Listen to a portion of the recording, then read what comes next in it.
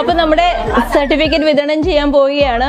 അതിനുവേണ്ടി നമ്മളുടെ എല്ലാം പ്രിയങ്കരിയായ ഫസ്ന മാമിനെ സ്റ്റേജിലേക്ക് ക്ഷണിക്കുകയാണ്. ഫസ്ന മാം, പ്ലീസ് വെൽക്കം.